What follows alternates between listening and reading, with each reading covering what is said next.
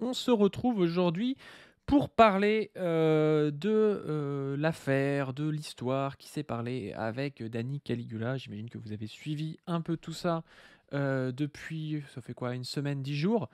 Nous, on n'en avait pas trop parlé, Zoé en avait un petit peu parlé quand même sur, Twitch, pour plusieurs raisons. Déjà parce qu'il y avait pas énormément d'informations, donc c'est toujours un peu compliqué de parler quelque chose quand on n'a pas encore beaucoup, d'informations.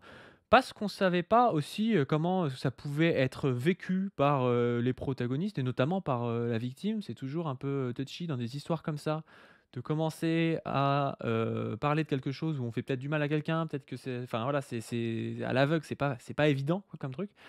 Parce que on se disait qu'avec, peut-être la sortie de témoignages, on aurait le temps d'y revenir. Alors pour l'instant, il n'y a pas de témoignages qui ont été sortis, mais il y a beaucoup, beaucoup de choses qui ont été dites et Zoé aussi a certaines informations.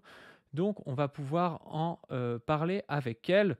Je vais quand même pas mal la laisser parler. Pourquoi? Parce que c'est notre spécialiste, féminisme et qu'elle connaît mieux ces questions, que moi, même si j'ai suivi un peu tout ça et que, bon on verra ce que je peux analyser ou pas, mais je veux pas non plus, la ramener trop sur des choses que je dirais peut-être moins bien qu'elle, quoi.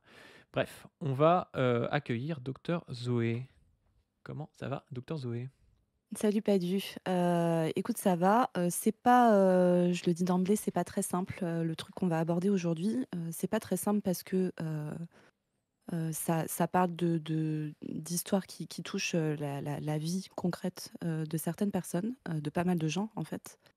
Mais ce sont aussi des histoires, qui disent des choses, politiquement. Ça se passe dans nos cercles, à gauche. Ça concerne des gens, qui, sont, nos camarades. Et surtout, ça soulève des questions, qui sont importantes à poser, à la fois d'un point de vue des luttes féministes et de comment on pense les problèmes face auxquels on est, comment on y trouve des réponses. Mais ça, je pense, pose aussi la question plus large, heu et vous allez voir, on va parler un peu de l'histoire, mais en fait, on va surtout essayer d'en parler d'une manière politique, et donc pas uniquement cette histoire, mais cette histoire comme l'illustration de plein d'autres, cas auxquels on est régulièrement confronté. Dans le militantisme de gauche. En fait, on y est confronté à tous les étages de la société, mais on doit se poser la question dans nos cercles militants à gauche parce que, mon avis, c'est qu'il va falloir qu'on arrive à trouver des solutions pour arrêter d'avoir des manières de gérer les choses qui sont des manières nulles à chier. Je le dis, voilà, avec, une espèce de fausse alternative cancel ou défense, sans jamais qu'on arrive à profondément se poser sur ces questions. Et penser la transformation politique, à la fois dans nos manières de fonctionner à nous et moi je pense qu'à gauche, on a besoin, heu, on est dans une période là, je pense que tout le monde le sait, qui est politiquement extrêmement, chaude. Je pense que tout le monde voit ce qui se passe à l'international, je pense que tout le monde voit ce qui se passe au niveau national, je pense que nous, à gauche, on est tous extrêmement conscients du danger, face auquel on est, que représente notamment, la fascisation du pays et la potentielle arrivée au pouvoir de l'extrême droite à un moment. Ce sont des questions extrêmement sérieuses tout ça et donc là vous vous dites: «Mais en fait on va parler d'une histoire perso et tout». Non, non, non, en fait on va parler de problèmes complexes, politiques qui s'expriment dans l'intime. L'intime est politique et on va revenir beaucoup là-dessus. Nos luttes féministes sont des luttes qui se placent aussi au niveau de l'intime parce que c'est dans l'intime, entre autres, que se joue, le rapport de force de la structure, patriarcale. Cette structure-là, elle existe aussi, au milieu, du capitalisme, au milieu de tous les autres problèmes auxquels on essaye de répondre et le fait de ne pas être capable de réfléchir à comment on s'organise pour répondre à ces questions. Quand ça nous arrive entre nous et particulièrement dans nos milieux militants, ça va être compliqué de mener la lutte et de la mener correctement si on n'arrive pas, clairement, à se poser sur ces histoires-là, à en dire des choses qui soient, si possible, pas trop de la merde, je vais essayer. J'espère que je vais y arriver. Et surtout, comment on pense nos orgas, comment on pense notre projet politique. Pour vraiment porter un projet de société qui soit celui dont on a tous envie, c'est-à-dire un projet qui soit anticapitaliste, féministe, anti-impérialiste, antiraciste, et cetera, et cetera. Ça passe aussi par ça, et notre lutte a besoin que nous soyons solides là-dessus, qu'on arrête de gérer ça comme des merdes tout le temps, Donc voilà, let's go, on va parler de tout ça et je vous le dis, j'ai aussi un une position particulière parce qu'en fait, on va revenir là juste après, sur, les faits, enfin ce qu'on en sait. Mais en fait, moi, je suis en contact et je vais dire son nom, avec la personne, qui, a lancé une des accusations contre Dani Caligula, qui est son ex-compagne, avec qui il s'est séparé il y a 1 an et demi. Nous avons contact toutes les 2. Elle s'appelle Christa Vango. C'est peut-être quelqu'un que vous connaissez. Alors moi, c'est quelqu'un que je connaissais avant, enfin, de par son contenu. C'est une femme, qui, fait, du contenu, notamment pas mal sur TikTok, mais pas que. Elle a un Insta aussi, qui, est, une militante antiraciste qui parle beaucoup notamment du Congo, et moi je l'ai beaucoup relayée notamment là-dessus parce que je trouve qu'elle a vraiment un point de vue qui est intéressant. C'est une, elle en a vraiment une approche en plus je trouve, avec toute la complexité de ce conflit et d'ailleurs, enfin, j'espère qu'un jour ça va se faire. Mais j'avais déjà on avait déjà parlé entre nous dans l'équipe de lui proposer de venir parler en stream, de ce qui se passe au Congo, parce qu'elle le met vraiment en balance avec, les enjeux capitalistes, les enjeux impérialistes.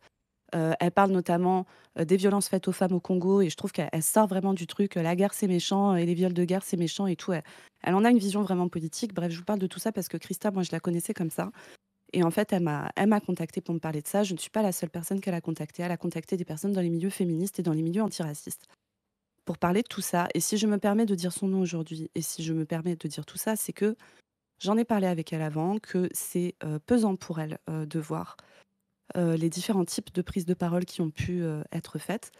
Christa, elle va s'exprimer elle-même et donc moi, je ne vais pas tout étaler, hein. Je vais vous donner les grandes lignes pour qu'on puisse ensuite réfléchir politiquement dessus.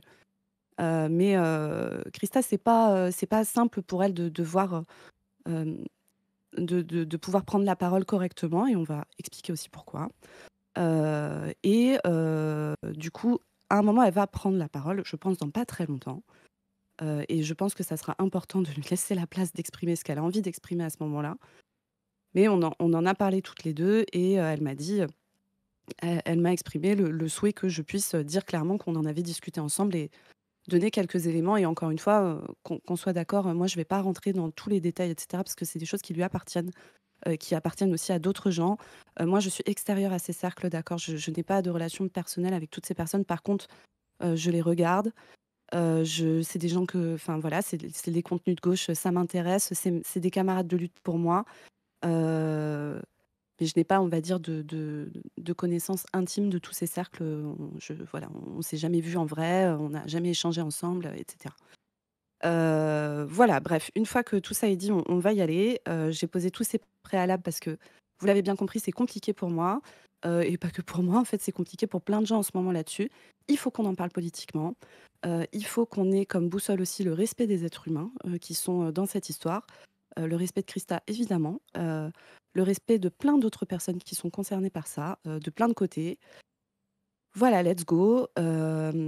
Écoutez, moi, ce que je te propose, Padu, si tu es OK, c'est qu'on commence peut-être par, faire un petit rappel de la temporalité. Est-ce que tu as envie de le faire? Est-ce que, Ouais, ouais, ouais, ouais. Bah, on va le faire à 2 et puis on verra. mmh, Moi, j'ai pas pris de notes, hein, mais ce dont je me souviens, c'est que, Dany et Raz ont fait un live, sur lequel j'ai été en partie. Après j'ai regardé, je sais pas si j'ai tout regardé, mais j'ai regardé le lendemain aussi, assez tard, à 23h un soir, ça devait être il y a 10 jours, qui s'appelle «Pourquoi on est cancel?»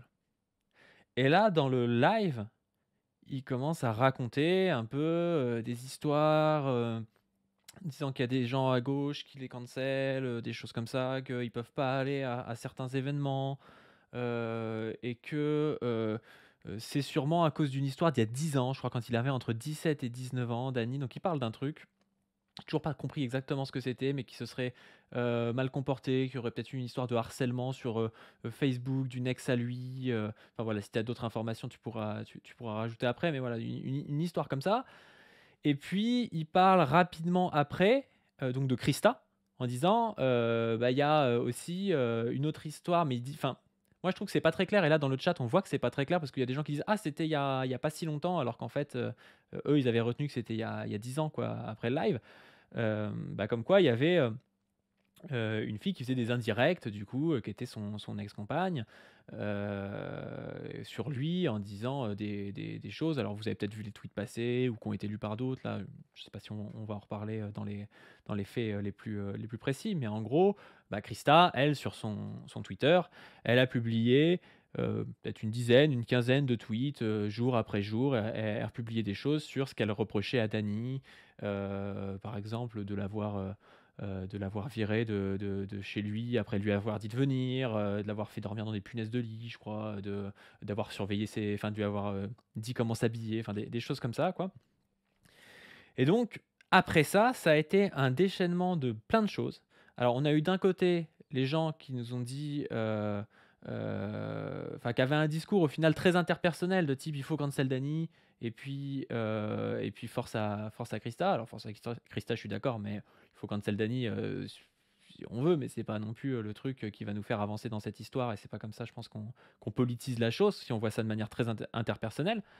Et puis il y a eu, plein d'autres gens qui ont parlé tout de suite de, comment est-ce qu'on réhabilite, plein de choses encore une fois qui ne concernent pas, je trouve, les faits, la manière dont se sont passés les faits, pourquoi est-ce qu'il y a des faits qui peuvent se passer et comment est-ce qu'on fait pour les changer? C'est-à-dire que la réhabilitation ou le cancel individuel de Dany, c'est une question presque, alors je peux comprendre que des viewers ça les intéresse particulièrement, mais qui sont presque des questions, secondaires à, cette affaire du coup de VSS. C'est-à-dire comprendre, ce qui s'est passé, pourquoi ça s'est passé, comment est-ce qu'on fait pour que ça change? Et Tout donc, à bah, il y a fait. eu de plus en plus de live. Là, il y a eu une capsule que j'ai regardée, de Wissam, par exemple, qui vient d'en parler. Il y a eu quelques lives de Raz, de Cassandre, il y a eu plein de lives, je sais pas, il y a eu Emodem qui s'est exprimé là-dessus. Toi, tu t'es exprimé un peu là-dessus, mais rapidement justement parce qu'au début, on n'avait pas énormément d'infos et puis tu avais pas l'accord de Christa. Et puis, il y a eu aussi, Trouble Antacide. Enfin voilà, il y a eu plein de choses qui se sont dites. Et il y a quelqu'un qui cite Tata Drapi, ouais, Tata Drapi aussi en a parlé et ça a créé une autre histoire, cette fois-ci avec Nathalie ou de ce que je comprends, bah, Nathalie, elle faisait partie de celles qui, presque se réjouissaient du cancel, de Dany, et en fait Tata Drapi, elle a dit: «Ouais mais Nathalie, elle, je crois que c'est mis des baguettes entre les seins ou quelque chose comme ça» et puis, donc c'est parti dans une autre histoire, de VSS entre Tata Drapi et Nathalie, mais c'est peut-être pas le sujet du soir, on pourra peut-être en reparler une autre fois, mais voilà. Mmh. Zoé, est-ce que j'ai bien compris? Est-ce que j'ai tout dit ou pas? Oui, en gros, c'est à peu près ça, et il y a eu plein de alors, première chose, Christa, elle a fait des évocations sur Twitter ou sur, Instagram de choses qui lui reviennent, et qui sont, compliquées. Elle est, pas bien, voilà, je c'est pas un secret que je le dise, elle l'a dit, publiquement. Et c'est elle a beaucoup de choses, qui lui reviennent de sa relation qui sont compliquées. Alors encore une fois, je ne vais pas rentrer dans tous les détails. Je ne vais même pas beaucoup rentrer dans les détails. Ce que je peux vous dire, c'est qu'en gros, ce qu'elle explique, quand elle a du temps pour parler heu et qu'elle est pas en public, parce que c'est pas évident de prendre la parole publiquement sur ces trucs-là. Ce qu'elle explique, c'est ce qu'elle a vécu, c'est une relation elle décrit comme une relation d'emprise, en fait. Et le déroulement qu'elle décrit est un déroulement extrêmement classique, dans les situations d'emprise. Heu, on va revenir, un peu plus en détail et il y a eu tout un tas de voilà. En fait, ces choses-là n'avaient pas été vues par énormément de monde, mais suffisamment pour qu'en tout cas ça inquiète, Dany, et toutes les personnes qui travaillent avec lui. Parce que ce sont des dénonciations publiques sur un homme de gauche, sur des choses qui sont de l'ordre, heu, l'emprise dans une relation conjugale, dans un couple hétéro, c'est une violence sexiste, hein. Et il faut voir ce qu'on met derrière le mot d'emprise. En fait, on parle aussi de mécanismes qui sont complexes, qui sont encore une fois extrêmement fréquents et donc dire que ce sont des histoires personnelles, c'est quand même compliqué parce que quand les histoires personnelles concernent des millions de gens, avec toujours les mêmes schémas, c'est plus des histoires personnelles, en fait, c'est des effets de système, ces trucs-là et dedans, les gens sont pris, dans ces effets-là, Ah bah, attends, Et le truc de l'emprise dire c'est des bails perso, c'est même honteux. Je veux dire, c'est toujours ce qu'on dit: «Ah oui, bah, Zemmour, c'est des bails perso, machin, c'est des bails perso». Alors je dis pas que là, c'est de la gravité de ce qu'a pu, de ce à quoi a pu être accusé Zemmour, mais, les VSS de manière générale, c'est pas des bails perso. Je veux dire, ça fait partie, des couples hétérosexuels avec le patriarcat, avec la domination masculine. Enfin voilà, ça paraît assez, évident. C'est pas parce que c'est oui, pas des bails perso d'ailleurs que c'est plus grave, mais, je vois pas en quoi c'est privé, c'est politique, c'est sûr et certain. et je me permets de rappeler que dans VSS, il y a 2 S. Il y en a un qui est pour sexuel et l'autre qui est pour sexiste. D'accord? D'ailleurs, Et ça, donc j'étais pas c'est d'accord parce que dans leur, désolé de te couper, oui, mais vas-y. juste dans leur, live, hem, Dany Raz dans le live «Pourquoi on est cancel?», ils ont dit: «C'est pas des accusations de VSS». Ouais, je suis Bah, désolé si de fait, demain si. tu surveilles, enfin si j'ai bien compris, hein, si tu surveilles les habits de ta meuf, qui a une relation qu'elle a décrit une relation d'emprise, bah, elle t'accuse de VSS. Après, tu es pas encore condamné, mais en tout cas, elle t'accuse de VSS, tu vois? Donc c'est une VSS de fait, tu vois? Oui, C'est parce pas qu'en parce que fait, c'est pas un V que c'est pas une VSS, tu vois? mmh, la relation d'emprise, elle existe dans un contexte d'asymétrie entre 2 personnes. Et je vais revenir un peu parce qu'en fait, Christa, elle parle de sa relation, à Dany, mais si elle en parle publiquement, c'est que ce qu'elle dit et encore une fois, là, ce sont ses mots, et on va avoir besoin de de temps pour que, des gens, s'ils le souhaitent, s'expriment, ça, c'est on va dire et puis moi, pour le coup, encore une fois, je vous rappelle, enfin, ni moi, ni Padu, enfin, toi, Padu, tu les as rencontrés une fois pour, voilà, pour, notamment un contenu sur, la psy qui était très intéressant, bref, on en a parlé. Mais en fait, nous, on les connaît pas en perso, donc on ne peut pas s'exprimer sur ce truc-là. Mais en tout cas, ce que dit Christa, c'est que elle en parle publiquement parce qu'elle dit que en fait, la dynamique dans laquelle elle s'est retrouvée, c'est pas la seule et qu'il y a d'autres gens qui sont concernés par la même chose, avec le même système, dans, le même, groupe ou venant de la même personne et donc c'est pour ça que, elle estime que c'est pas une affaire privée, que c'est une affaire politique et publique et que ça pose des questions qui ne relèvent pas que de son histoire avec son ex, mais des questions qui concernent tout le monde, parce que en fait, plein de gens peuvent se retrouver dans cette situation, là précisément, mais plus largement en règle générale et que le fait d'adresser les problèmes et on reparlera un petit peu plus loin de parler publiquement, pas publiquement et cetera. Quand est-ce que ça a un sens de le faire? Si oui, pourquoi? Qu'est-ce qu'on en attend? Parce qu'en fait, encore une fois, moi, ma question là-dedans, c'est: qu'est-ce qu'on fait de tout ça? Il faut qu'on comprenne ce qui se passe et ensuite qu'on décide ce qu'on fait de tout ça pour que ça n'arrive plus, pour trouver des solutions pour que ça n'arrive plus et ça ne passe pas uniquement par le fait de dire: «Machin est gentil, machin est méchant, truc est cancel» et tout. Ce n'est pas ça la solution. Donc Christa parle de ça, c'est pas très c'est en fait, il faut connaître bien, Dany pour le reconnaître dans ses tweets, mais en fait, si on connaît bien son contenu, on le reconnaît. Et donc là-dessus, moi, j'entends à quel point ça a pu, faire, peur à Dany et à toute son équipe parce que là, on parle, d'une entreprise aussi avec des gens qui c'est leur travail, en fait, de faire ce contenu et donc si une des personnes, qui est, bah, le patron, et l'une des 2 personnes, on va dire, les plus en vue, voire celle qui est la plus en vue, se retrouve à, être «cancel» entre guillemets, et ben ça met en péril tout le fonctionnement de leur entreprise et tout. Donc je comprends l'angoisse que ça peut, générer, chez tout le monde, enfin, je vous dis, enfin, encore une fois, on peut, adresser les problèmes et rester, pour le coup, des humains, qui faisons attention aux autres êtres humains aussi, quoi. Et donc il y a toute cette question-là qui se pose. Néanmoins, ce n'est pas parce que ces questions se posent dans des collectifs où il y a des problèmes qui se passent, ça va toujours impacter plein d'autres gens, mais ça ne c en fait, se dire: «Du coup, il ne faut pas en parler», bah, du coup, ça fait que ça perdure et ça perdure et ça perdure, donc c'est pas satisfaisant non plus et donc bah, voilà, encore une fois, on va se poser toute cette question-là, tous ensemble, de comment on fait pour trouver un entre-deux. Le live qu'ont fait, Dany et Raz, je le dis, je pense qu'il a été fait sous le coup de l'anxiété, de, la panique, de tout ce qu'on veut. Il n'empêche que, je vous dis clairement, je l'ai trouvé catastrophique. Pour moi, c'est catastrophique. C'est, vraiment, des manières de présenter les choses qui déjà sont très confuses. Alors je pense que c'était, voilà, pas écrit, difficile, pour eux d'en parler et cetera. Mais catastrophique dans ce que ça veut dire politiquement, de notre compréhension de ces phénomènes. Il y a plein de choses. Alors, je vous laisserai aller regarder ce que c'est que le Darvo. Le Darvo, c'est, une manière dont on s'est mis à comprendre la stratégie, heu, du retournement de l'agresseur. En gros, je vous laisserai taper, Darvo, sur internet, DARVO. Je vais pas pouvoir rentrer dans tous les détails de tout là, sur ce truc, donc il y a des choses que je squeeze, je suis désolée, mais si vous voulez, on fera du contenu dessus un jour plus étoffé pour expliquer tout ça. Il y a plein de gens qui en ont parlé par ailleurs. Heu, C'était vraiment un cas d'école de cette méthode-là. On a vu, donc un homme qui est, accusé par une femme, se mettre dans une situation où, bah, il se met à parler de la vie de la personne qui est concernée. Il donne des éléments de la vie de Christa, extrêmement, enfin moi je trouve que c'est vraiment très, allez, pour euphémiser, on va dire indélicat, Mais en plus, et on comprend surtout rien parce que là, dans le chat, il y a oui, encore des gens qui disent: «C'est leurs histoires d'ados». C'était pas une histoire d'ado et non, encore une fois, alors c'est il y a c'était 1 an et sûrement pas demi fait qu'ils se sont exprès, séparés. mais on ne comprend rien dans le live et on comprend pas que la principale histoire, c'est pas le truc qui s'est passé, enfin moi de ce que je comprends, Mmh. hein, la principale histoire, c'est pas le truc qui s'est passé il y a 10 ans, donc c'est Oui. ça aussi qui est dérangeant, Et je trouve.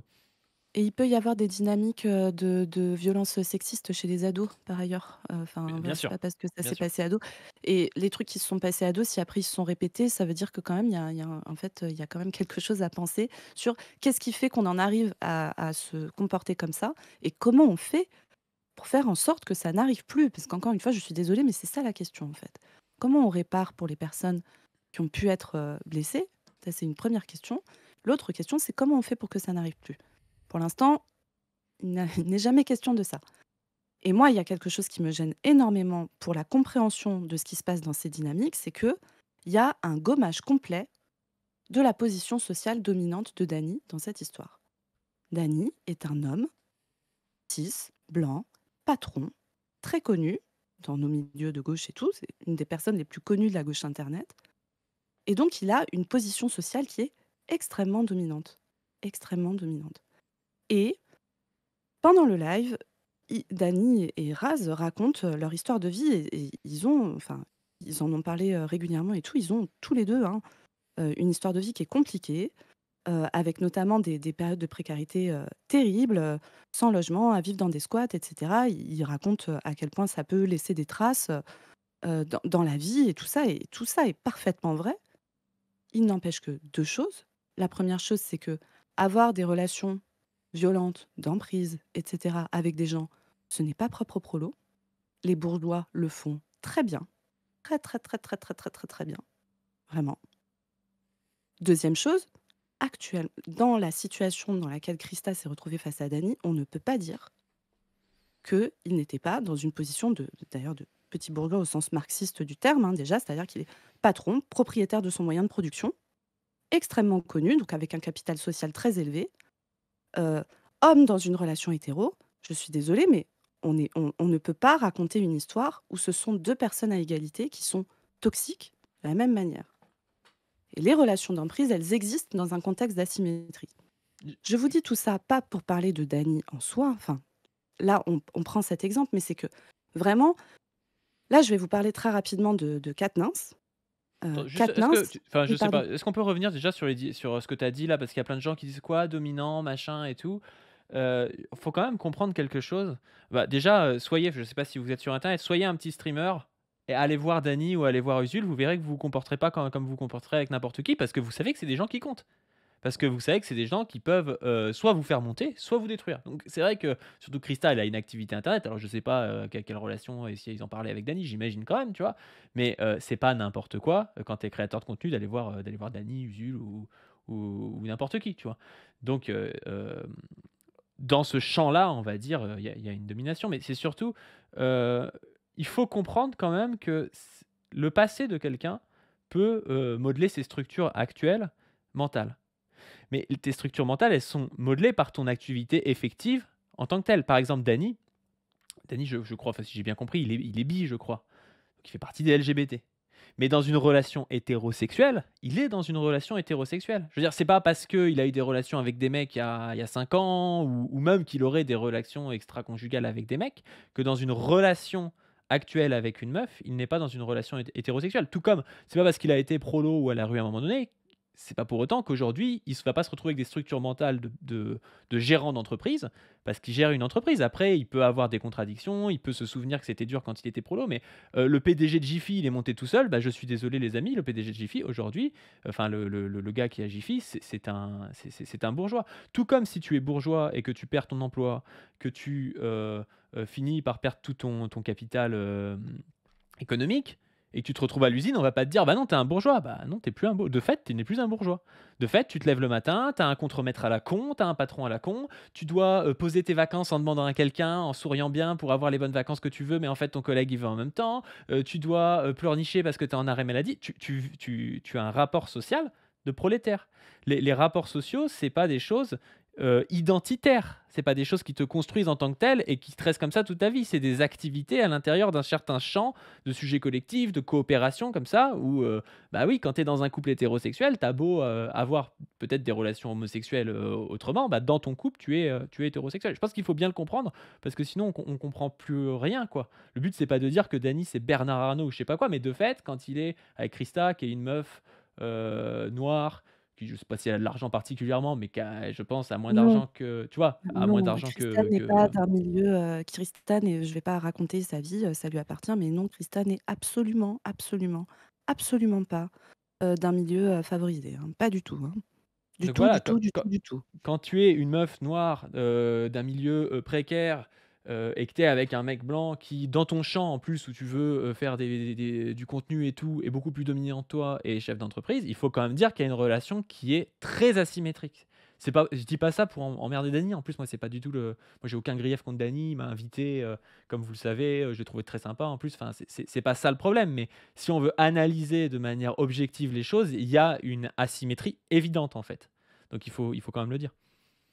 En fait, on ne peut pas comprendre des rapports de force entre les gens si, on n'est pas capable de comprendre quelles sont les structures de domination qui se jouent et je voulais prendre, je et donc c'est en fait, présenter les choses comme, en fait, il y a des gens d'égal à égal, ils sont tous les 2 cassés par la vie et ils se font du mal parce qu'ils sont cassés.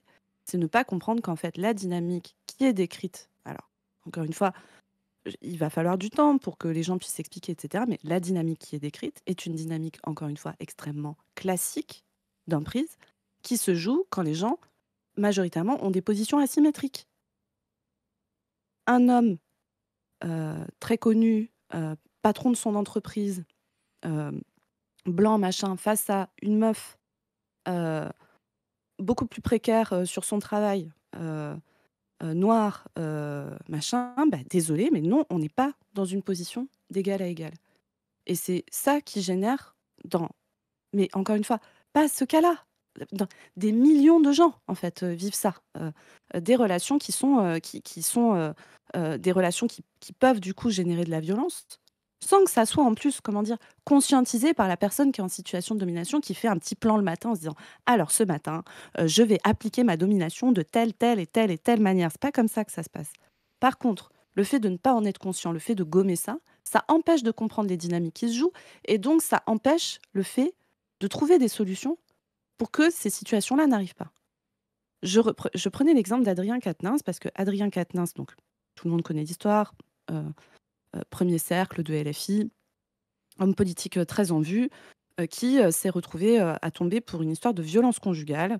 Alors tout le monde a retenu, qu'il a giflé sa compagne. En fait, il y a eu d'autres trucs, hein. Enfin, il y a eu, un certain nombre de voilà, et qu'il a reconnu lui-même, hein, enfin de cris, de colère, pousser, de vouloir prendre le téléphone, pour, regarder ce qu'il y a dedans, de bousculer quelqu'un et cetera. Et Adrien Quatennens, après cette histoire-là, il est allé faire une interview à BFM TV.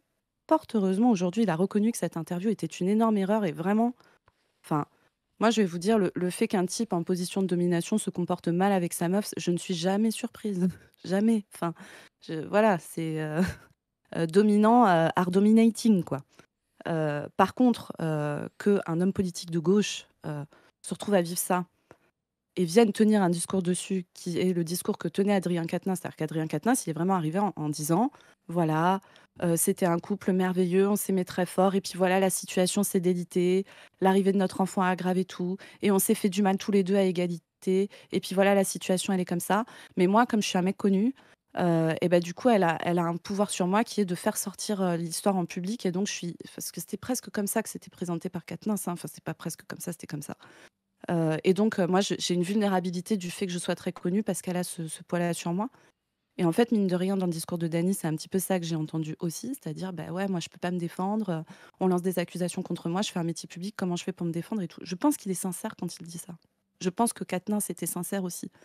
Mais Quatennens, par exemple, tu as envie de dire: «Désolé, mais mec, c'est combien une indemnité parlementaire? C'est quoi? C'est 7 000 à 8 000 €? Plus un appart de fonction, plus, tous tes déplacements et cetera qui sont défrayés. Comme tu es un homme politique, tu as un statut social de dingo, tu es formé en communication, tu as accès à BFM pour te défendre pendant 1 heure. Tu as eu la domination économique, tu as aussi la domination physique. Je suis désolée, mais en fait, quand tu as une altercation physique entre 2 personnes, si l'un fait 1,90 m et 80 kilos, et l'autre fait 1,60 m et 50 kilos, non, il y a pas égalité non plus. Et en plus, tu es dans une société sexiste, patriarcale, où le rapport entre les hommes et les femmes est intrinsèquement égalitaire. Je vous donne cet exemple-là parce que quand des personnes qui sont dans des positions de domination, viennent expliquer qu'ils sont à égalité avec les personnes qui ont des trucs à leur reprocher, c'est un problème politique profond parce que ça ne nous permet pas de comprendre ce qu'il se passe. Ça ne nous permet pas de comprendre ce qu'il se passe et quelles solutions on y trouve. Et donc ce n'est pas possible de présenter les trucs comme ça. C'est pas acceptable, ce n'est pas la réalité et et et le fait que je crois que alors encore une fois, Quatennens, il est revenu là-dessus, c'est très bien, très bien. Et je pense que Dany, il est sincère quand il présente ça comme on était d'égalité à égalité et tout. Et peut-être que, je fais une hypothèse, mais peut-être que le fait de ne pas être conscient de ce niveau-là comment dire, d'asymétrie fait aussi que tu ne fais pas en sorte de ne pas faire de la merde. C'est-à-dire que cet aveuglement à l'asymétrie de ta position, et je vous donne un autre exemple. Moi, je suis médecin, par exemple. Je suis dans une position de domination énorme face à mes patients. Énorme. C'est-à-dire que moi, je fais partie des gens où s'il y a Thierry, 56 ans, qui vient me voir, et que je lui dis: «Bon écoutez Thierry, vous allez vous mettre nu, vous allez vous mettre sur la table, sur le côté et je vais insérer des choses dans vos parties intimes», Thierry le fait. Tu pas obligé de nous Parce que raconter ton quotidien, hein, ça épargne-nous ça. non mais comprenez le niveau de pouvoir que j'ai, du fait de ma position sociale de médecin, dans ce contexte-là. J'ai un niveau de pouvoir énorme.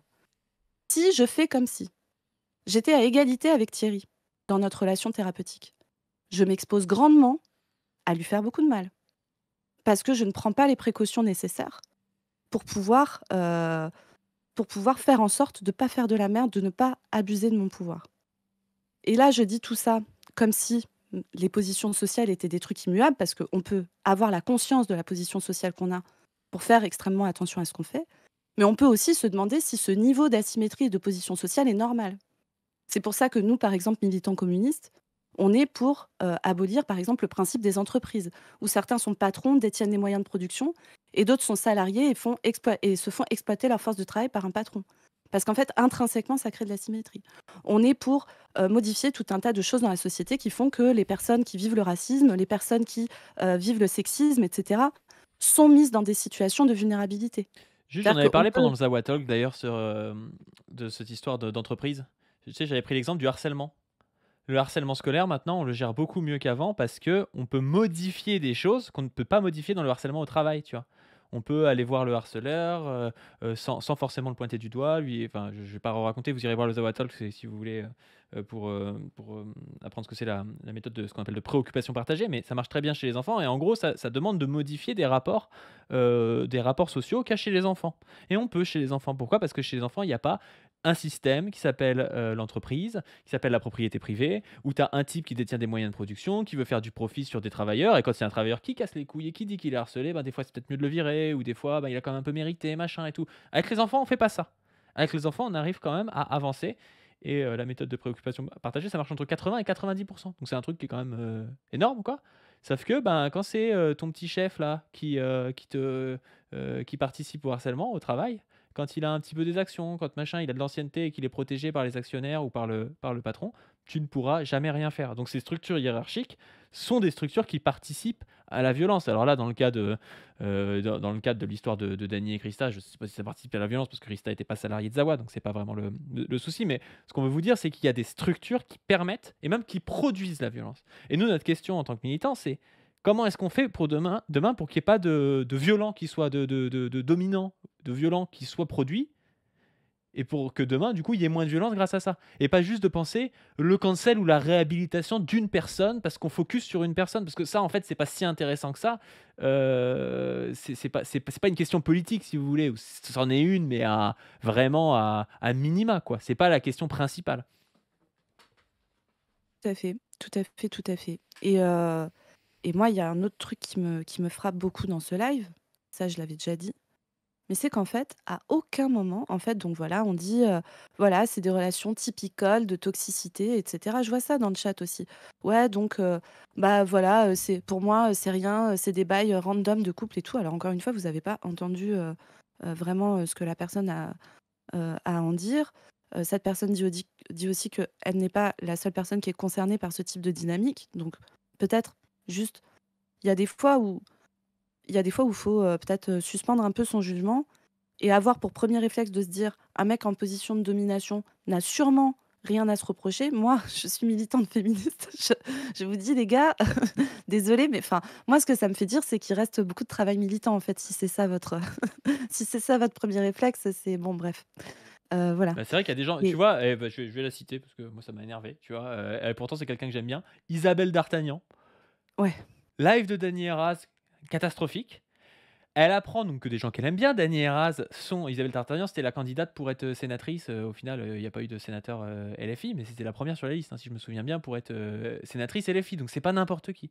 Il y a une accusation de VSS qui tombe sur Dany et elle tweet: «Moi j'aime bien Dany Heraz». Enfin, je sais pas, c'est quoi ce truc? C'est tu te dis a priori, si c'est quelqu'un que t'aimes bien, il y a pas de souci. Si, et j'espère que c'est pas le cas, je veux dire, mais si on apprend demain qu'il y a un truc grave et tout avec Dany, comment est-ce que enfin, c'est pas normal de faire ça, tu vois? Et je ouais. vois plein de gens dans le chat comme ça. Mais non, mais je suis dur, mais en plus, moi j'aime bien Isabelle D'Artagnan de base, c'est quelqu'un que j'apprécie, mais je ne comprends pas comment on peut être comme ça. Même si c'est des amis, moi si demain on me dit, et ce sera dur pour moi, si demain on me dit que Chris ou que je sais pas qui, il est accusé de VSS, je vais pas faire un soutien Chris. Enfin, je trouve ça ridicule parce que je suis militant politique aussi, parce que je sais comment ça marche. Je sais qu'il y a des gens qui peuvent être super agréables avec moi dans une situation où je ne suis pas en couple avec eux, où je ne suis pas dans une situation d'emprise, de je ne sais quoi, tu vois. Mais s'ils sont accusés de quelque chose, ben, d'autant plus du fait d'être en plus de ça psychiatre et être militant, je me dirais, bah, il y a peut-être quelque chose quand même, quoi. Enfin, j'irai pas directement faire un soutien, d'autant plus public, tu vois. D'autant Bah, plus public. en plus, moi, si tu veux, enfin, on va développer après parce qu'elle parle un peu de réhabilitation, elle en parle très mal. On va parler après de réhabilitation et tout ça parce que vraiment ça, c'est pareil, il faut qu'on dise des trucs dessus, vraiment, enfin, c'est important. Je rappelle, moi, je suis pas team, punitiviste, carcéraliste, cancel et cetera. Ce n'est pas ma team, ce n'est pas la team de Padu, c'est pas la team de notre, groupe, militant en règle générale. Enfin voilà, nous, on c'est pas notre guerre ça, hein, vraiment. Et moi, je suis même de la team, il y a des gens, vous savez, quand quelqu'un est accusé d'un truc, plus ou moins grave et cetera, on va aller lui reprocher, par exemple, on va aller reprocher à ses amis et cetera, par exemple, ou la personne qui est en couple avec lui, de rester en couple avec lui et tout. Bah, moi, c'est pas ma team ça non plus, même si c'est un truc hyper grave. Je peux comprendre que tu restes lié à ton ami, à ton conjoint et cetera, même s'il a fait une dinguerie par ailleurs. Je comprends ça. Je n'ai pas de problème avec ça. Vraiment, enfin, et quel que soit le niveau de gravité du truc, je vous le dis, hein, moi, je n'ai pas de problème avec ça. Je comprends ça et je ne vois pas comment on peut envisager que la personne se transforme, fasse autrement et cetera. Si la seule réponse qu'on a, c'est, bah, on le cloue au pilori et puis terminado et tout, enfin désolé. Ça, pour le coup, c'est la droite qui pense comme ça, hein, et ça ne règle aucun problème de voir les choses comme ça. Par contre, c'est une chose différente de soutenir en privé son ami, de lui apporter son amitié et tout, ce qui est normal encore une fois, et d'être, une figure, du plus gros parti de gauche qui a aucune donnée, aucun bail et tout, et de dire publiquement, «Moi je les aime». Enfin, désolé, mais ça manque de conséquences politiques. Là, on parle d'une prise de parole politique de quelqu'un qui représente un parti politique, c'est pas rien, c'est pas rien. Et c'est pas comme si c'était pas la première fois, chez LFI qu'il y a, ce genre de réflexe, en fait. Et donc désolée, mais ça pose problème. Ça pose problème.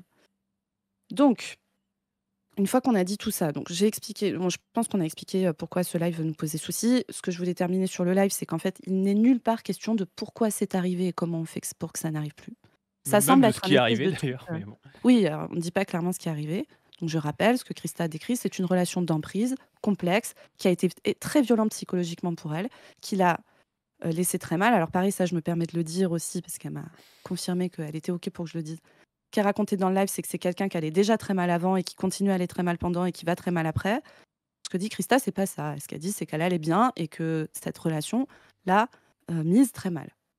Je ne D'ailleurs, je au vous passage, ce rapporte truc de ces dire qu'elle paroles. allait très mal, je suis désolé de te couper, mais c'est que comme ça Oui, on ajoute des choses. Ce truc de dire qu'elle allait très mal, c'était très bizarre et c'était un peu oui, gênant. Encore une fois, je pense que c'était pas écrit, mais tout du long, ils disent: «Ouais, on dit pas qu'elle est folle» et puis tu sais, elle va quand même très mal et du coup, il y a un on dit juste qu'elle sous-texte va de pas bien. c'est, elle est pas bien et c'est pour ça qu'elle parle et de l'autre côté, tu dis: «Elle est pas folle», mais c'est vraiment bizarre, tu vois, comme Mmh. ambivalence, tu vois? Surtout si la personne elle est bien, qu'elle va mal peut-être à cause de ce qui s'est passé. Moi, encore une fois, j'en sais rien, mais tu peux pas enfin, tu peux pas faire ça, quoi. Mmh. Oui, oui, oui et je sais pas, je vois dans le chat que ça s'énerve que je dise que Dany est en position dominante parce que je suis médecin, mais moi aussi je suis en position dominante, les gars. Mais Ça Dany dépend dans aussi, quelle je suis sphère. désolée d oui et ça dépend dans quelle sphère parce que globalement, vous me lâchez toute seule au milieu d'un groupe de mecs, je suis pas en position ultra dominante, hein, déjà. Mmh. Mais en fait, désolée les gars, je on l'a redit au début, je le redis très rapidement ici, mais actuellement, alors pas là tout de suite, mais il y a encore quelques semaines, la position sociale de Dany est une position dominante et si vous refusez de le voir, il y a un problème. Il y a un problème. Quand tu es patron, très connu, très en vue, heu, voilà, homme, machin, tu es dans une position sociale dominante. Désolée, même si à une époque de ta vie, tu ne l'as pas été. Désolée et moi aussi, moi aussi, je suis médecin. Bien sûr que je suis dans une position dominante. On l'a déjà dit et c'est pas comment dire? C'est le nier qui est grave, en fait. C'est le nier qui expose à faire de la merde et c'est ne pas vouloir lutter. Moi, c'est ça me fait pas kiffer que les médecins, soient dans une position ultra dominante par rapport à leurs patients, par rapport à leurs autres soignants, par rapport et d'ailleurs, moi je milite pour, un décloisonnement des métiers de soins et cetera. Enfin, en fait, prendre acte de sa position dominante quand on est un militant de gauche, c'est préalable à pouvoir porter une parole politique. Pardon, hein, mais et si vous ne voyez pas ça, c'est que vous passez à côté de ce qui se passe dans la société et que vous on ne pourra pas trouver de solution avec cette manière de penser et dans le live, en permanence, il n'est jamais question en fait, les choses ont l'air immuables, c'est comme ça. On est des gens cassés, donc on se fait du mal et cetera, c'est comme ça. En dehors de toute structure sociale et cetera, voilà, bon, de domination et tout ça et nulle part, il n'est question de qu'est-ce qu'on fait pour que ça n'arrive plus, en fait? Parce qu'encore une fois, ce que dit Christa, c'est que c'est pas la seule à avoir vécu ça et encore une fois, là, moi, je suis pas bien je vous rapporte ces paroles, à sa demande, pour que ça soit plus clair parce que pour l'instant, c'est compliqué pour elle de pouvoir s'exprimer. Ça a été très compliqué, hein, ces derniers jours, hein. Je sais pas si vous mesurez à quel point ce live a eu aussi des conséquences sur le fait que plein de gens remettent en cause sa parole et cetera, trouvent que c'est pas clair, que c'est que des petits trucs. Mais alors là, c'est pareil, c'est une très mauvaise compréhension de quels sont les mécanismes, notamment les mécanismes du trauma et cetera. Il y a plein de gens qui sont victimes de trucs, ils s'expriment pas comme il faut au départ, pour pouvoir le dire. Ils font pas une belle prise de parole avec une diction parfaite et un plan en 3 parties pour dire: et voilà tel mécanisme» et cetera. Parce que ça vous prend aux tripes, c'est compliqué, on n'a pas toujours les ressources, l'énergie, la santé et cetera pour pouvoir le faire bien et cette injonction à trouver que, quand même, il y a des gens qui ont vécu des trucs, qui s'expriment pas suffisamment bien pour dire comment ils l'ont vécu. Eh putain, pardon, mais là, en fait, pareil, vous servez l'ordre dominant quand vous dites ça. Qui s'exprime pas comme il faut? Qui n'a pas l'espace pour le faire? Qui? Sérieusement, c'est toujours les personnes qui sont dans des positions compliquées qui se retrouvent dans ces situations-là. Si vous n'êtes pas capable de comprendre ça, c'est grave, je suis désolée, mais c'est grave et ça veut dire qu'on a encore beaucoup de travail militant à faire pour que vous, pour que vous compreniez ça. Et après que, tu vois, qu'on puisse dire: «Ah ben en fait, elle aurait pas dû faire comme ça» et cetera. Eh, eh, les gens, parfois ils font comme ils peuvent, en fait. Ouais, tu vois, il y a quelqu'un qui dit: «Dany Arras dit avoir proposé une médiation menée par une personne tiers, donc racontez pas n'importe quoi». Mais encore une fois, si tu as quelqu'un qui considère qu'il a été sous emprise parce que l'emprise, enfin, moi pour le dire, dans des cas qui, j'espère, encore une fois, moi je connais pas l'histoire, dans les détails, mais qui sont sûrement beaucoup plus graves, moi que j'ai vu dans mon métier, des cas vraiment de femmes qui ont fini, avec des blessures, énormes à cause de violences conjugales vraiment, intenses, enfin voilà des choses atroces et ben, quand elles te décrisent l'emprise, elles savent très bien qu'il faut pas qu'elles retournent voir cette personne-là. Parce qu'elles pourraient rechuter, parce qu'elles sont déjà rechutées et donc quand tu sais ça, que tu as une relation compliquée avec quelqu'un, peut-être que même par un tiers, tu pas envie de parler avec la personne et c'est le choix de Christa de faire ça. C'est ni bien ou mal, en fait, c'est juste son choix. Tu peux pas imposer en disant: «Ah, bah, c'est pas comporté comme la bonne victime, il aurait fallu qu'il vienne en parler en privé, il aurait fallu, passer par un tiers, il aurait fallu passer par une asso, par je sais pas quoi». Elle fait ce qu'elle veut, en fait et on voit très bien d'ailleurs dans ceux qui disent que c'était flou. Bon, déjà, c'était flou parce qu'ils ont fait un live en racontant sa vie et en la racontant bizarrement, ce qui fait que comme ils ont parlé 1 heure d'une autre affaire, on n'a rien compris. C'est quand même en partie à cause de ce live-là, hein. Mais on remarque, eux aussi sont un peu flous, peut-être parce qu'ils sont sous le choc et parce qu'ils sont anxieux, hein. Ça, Bah c'est oui. ça, c'est sûr et Mais oui, certain. mais c'est qu'en plus, si tu veux aussi, probablement, c'est Bah, l'enfer bien pour eux sûr, dans leur bah, tête. bien Enfin, sûr. c'est Mais elle, on le voit très bien dans ses tweets, je pense qu'elle tweet sur le coup de la colère, tu vois? Du truc mais oui.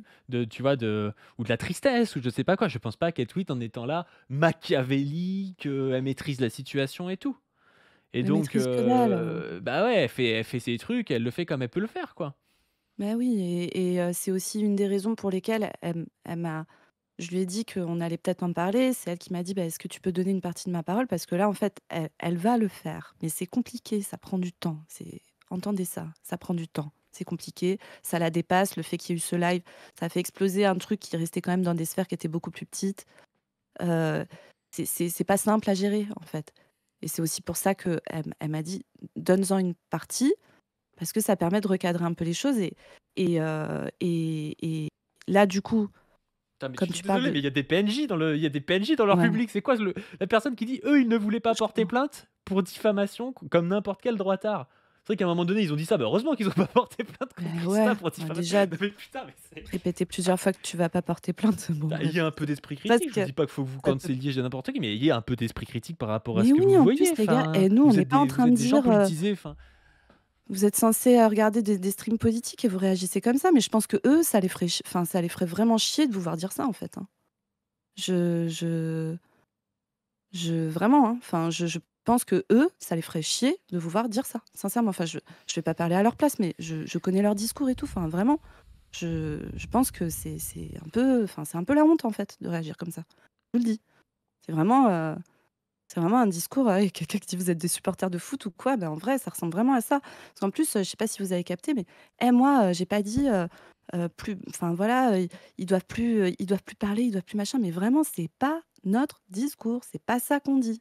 On essaye d'expliquer des choses complexes qui se sont passées, on essaye d'expliquer quels sont les, le quel est le sous-texte politique derrière. On essaye d'expliquer ça. Et donc là, tu parlais de médiation et tout, pas dû et donc là, on va enchaîner un peu sur toute cette histoire de réhabilitation et cetera et cetera. Dans toutes les choses qui ont été dites après ce live, donc il y a, tous, les gens là dont on a le dont on a le grand plaisir de vous avoir dans le chat et vraiment merci, hein, c'est vraiment le plaisir de vous avoir, hein. Tu intéressant, intelligent, bon bref. Heu Heu, au milieu de tout ça, donc il y a eu des gens qui sont allés faire ça, il y a eu des gens qui sont allés la faire chier. Il y a eu des gens moi j'ai entendu Drapi raconter que des gens, sachant qu'elle avait eu une histoire avec Dany, alors moi je ne le savais pas, hein, je me permets de le dire parce que tout ça c'est public maintenant, qui sont allés lui parler en MP alors qu'ils la connaissent pas ou à peine, pour aller à la pêche aux infos un peu glauque, bizarre et lui demander: «Ouais, est-ce qu'il t'a maltraité? Est-ce que tu as des traumas et tout?» mais mais vous êtes des timbrés, en fait. Enfin, pardon, hein, pas timbrés, c'est psychophobe, excusez-moi. Vous êtes des gens qui ne font pas attention aux autres gens. On ne fait pas ça. Alors Drapi elle-même a dit qu'elle avait enfin voilà, que c'était une rupture qui s'était mal passée, mais qu'elle, elle avait pas, les mêmes, le même ressenti que Christa et c'est OK. Mais rendez-vous compte de ce que ça peut déclencher chez des gens, d'aller les voir et de leur demander: «Alors, tu as des traumas, gna gna gna?» parce que si c'est pas le cas, c'est dégueulasse et si c'est le cas, c'est dégueulasse. Mais enfin, en vrai, j'ai l'impression que tout le monde est complètement timbré. Enfin, pardon, hein, je répète ce mot, on a tous, des relents psychophobes dans nos langages, je suis désolée. Mais enfin, moi, ça me sidère, en fait, de voir ça. Drapi, elle a dit à quel point ça avait été violent pour elle de se prendre ça dans la gueule. Mais entendez ça, putain, entendez ça. Et là, regardez ce que vous êtes en train de dire. Regardez ce que vous êtes en train de dire. C'est grave, en fait. C'est grave. Vous vous rendez pas compte qu'il y a des vies de gens derrière et des enjeux politiques complexes derrière. Vous pouvez pas faire ça parce que ça vous excite ou parce que machin et même, tu vois, des gens qui croient être soutien des victimes en faisant ça. Vous n'êtes pas les soutiens des victimes que vous pensez être quand vous faites ça. C'est grave, en fait. C'est grave. Et donc dans tous les trucs qui ont été racontés, il y a beaucoup de gens qui ont parlé de réhabilitation et cetera et je sais que plusieurs fois a été mentionné notamment le collectif Fracas d'Elsa Dekmarso et j'aimerais bien revenir là-dessus. Je vous mets un tout petit peu de contexte. Heu, il y a des gens qui essayent de penser le fait de faire justice autrement qu'en passant par les tribunaux et avec, des amendes ou de la prison, enfin en gros de la punition. Et il y a des gens qui essayent de penser ça autrement. Il y a plein de milieux militants qui essayent de penser ça. Et Elsa Dekmarso, c'est une autrice, donc elle a fait notamment un entretien avec Judith Bernard et un entretien avec Cassandre, qui sont des entretiens très intéressants, qui datent d'il y a, je dirais, 2 3 ans. Dekmarso, ça s'écrit D-E-C-K, plus loin, Marsault. Elle a écrit un bouquin qui s'appelle Faire justice, avec un sous-texte que je n'arrive jamais à retenir, je suis désolée, mais si vous tapez Faire justice Elsa Dekmarso, vous allez trouver. Elle raconte son expérience dans un collectif qui s'occupe de gérer les problèmes de violence, de harcèlement, de VSS entre militants. Et elle parle d'un contexte particulier qui sont les milieux queer LGBT, parce que ce sont des franges parfois très marginalisées de la société qui ont encore plus de difficultés à recourir à l'institution judiciaire que, on va dire, les autres personnes. Sachant que l'institution judiciaire est toujours extrêmement violente avec tout le monde, les auteurs et les victimes, et que ces approches-là, moi je suis team antipunitiviste, hein, je le redis, y compris pour les VSS, etc. Parce que je fais le constat que actuellement, ça ne permet pas de protéger les victimes, ça ne permet pas de réparer les victimes, ça ne permet pas de faire en sorte qu'il y ait moins ce type de violence qui arrive. Et en fait, on sait que dans les sociétés très punitivistes, en fait, ça augmente le niveau de violence. Pas ça qu'on veut, d'accord. Euh, voilà, le but, c'est pas la vendetta, la vengeance, etc. C'est pas ça l'enjeu. Donc, voilà, je vois quelqu'un qui met le sous-titre, c'est moralisme progressiste et pratiques punitives dans la lutte contre les violences sexistes. Elsa Dekmarso, à la Fabrique, en 2023. Elle parle de cette expérience dans ce collectif et elle montre comment on fait pour faire sortir un peu, notamment dans des petits collectifs, de phénomènes de call-out. Call-out, ça veut dire en gros dénonciation publique, où on dit publiquement telle personne m'a fait ça, c'est terrible. Et puis, il y a elle explique tous les mécanismes un peu, on va dire, de merde qu'il peut y avoir derrière, voilà, moi j'estime que plus jamais personne ne doit lui parler, jamais, jamais, jamais. Comment ça peut faire exploser des collectifs militants, comment ça ne permet pas d'aller poser la question de qu'est-ce qui, dans la relation entre cette personne et qu'est-ce qui, dans le fonctionnement du collectif, a pu amener à ce que ça se passe comme ça, etc. Et donc, elle parle de tout ça et c'est passionnant. Et elle parle notamment de l'intérêt parfois de faire des médiations entre l'auteur et la victime, etc. Ok. Moi, j'ai adoré cette lecture. Ça m'a fait réfléchir à plein de choses. Je trouve ça super. Mais je tiens à vous dire que là, on ne parle pas d'un contexte de petits collectifs très marginalisés, queer, où les gens sont à égalité entre eux. Je suis désolée de rappeler ça, mais en fait, un homme connu en situation de pouvoir, qui potentiellement a utilisé son pouvoir sur plusieurs personnes, potentiellement, ce n'est pas la même chose. Et donc parler de médiation, etc., quel est l'objectif de la médiation dans ce cas? Je vais vous prendre un autre exemple, complètement plus grave, etc. Est-ce que vous croyez que, je sais pas, un mec comme Depardieu, on fait une médiation entre lui et ses victimes? Ça sert à quoi? Alors, si des victimes le souhaitent et tout, évidemment, mais en fait, quand quelqu'un est en position de pouvoir, tu ne peux pas appliquer les mêmes règles que au sein d'un collectif où les gens sont plus ou moins à égalité, même s'il y a toujours des rapports de force entre les êtres humains et que jamais personne est complètement à égalité. Ce que je veux dire, c'est que dans ce cadre-là, en fait, Christa, son souhait de parler publiquement, c'est que elle, son ressenti, encore une fois, je ne suis pas bien placée pour dire si c'est le cas ou pas. Ce que je peux dire, c'est que c'est une situation fréquente et donc que ça ne m'étonnerait pas que ça ait lieu. Mais qu'en fait, pour l'instant, on ne sait pas et donc il faut laisser du temps. Christa, elle, ce qu'elle dit, c'est que ce qui lui est arrivé a impacté d'autres gens avec les mêmes systèmes. Et donc, c'est pour ça qu'elle voulait en parler publiquement. Mais c'était compliqué, elle savait pas comment le faire, etc. Parce que ça ne concerne pas que son cas perso. C'est ça qu'elle dit. Et donc, dans ce cadre-là, parler de médiation entre des personnes, etc., bah, peut-être que ça n'a pas de sens. Il faut Peut-être juste que... que tu précises que Dany n'est pas Depardieu parce qu'il y a Mais non, mais bien deux, trois sûr que Dany n'est PNJ. pas Depardieu, mais arrêtez d'être con, putain. Évidemment que Dany n'est pas Depardieu, en fait. Moi, J'essaye de j'ai vous compris que Dany expliquer. c'était Depardieu, mais voilà, Ah, après peut-être putain. que je suis de mauvaise foi, hein. Zoé a dit Dany, c'est Depardieu. Évidemment que non. Mais Évidemment pareil, il que y a des non. gens qui disent Dany est queer. Encore une fois, là, il est dans une relation hétéro. Après, il peut avoir, Oui. il peut avoir une sexualité, ou même un genre, autre dans d'autres situations ou je sais pas quoi, mais on s'en fout. C'est là, il est dans une relation hétérosexuelle, c'est une relation hétérosexuelle assez classique, en fait. Bah oui et pardon, mais c'est enfin, moi, Demain, c'est vous apprenez que Depardieu, il y a 10 ans, en fait, il avait des relations homosexuelles, arrête de vous le vous comparer dites à Depardieu, on va nous le reprocher. non, mais vous vous dites: «Bah, du coup, Depardieu, ça Mais va, il est bi, du coup», n'importe bah non, ça a qui aucun sens. n'importe qui fait, une hétérosexuellerie parfaitement classique avec sa meuf, même s'il a eu, à un moment, des enfin, où il a encore, des rapports avec des hommes, parfois.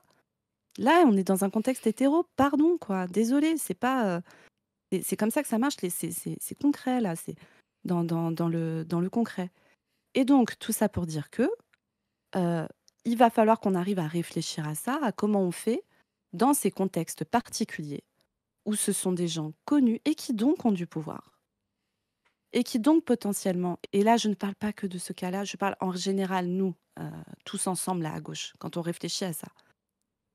Comment on fait dans ces contextes où il y a une énorme asymétrie entre 2 personnes? Est-ce qu'on peut considérer que, de la médiation, ça suffit?